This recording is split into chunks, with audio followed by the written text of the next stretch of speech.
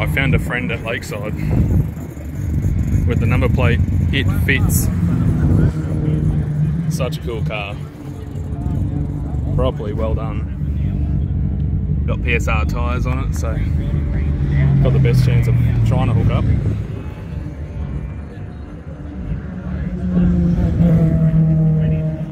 Cool stock interior.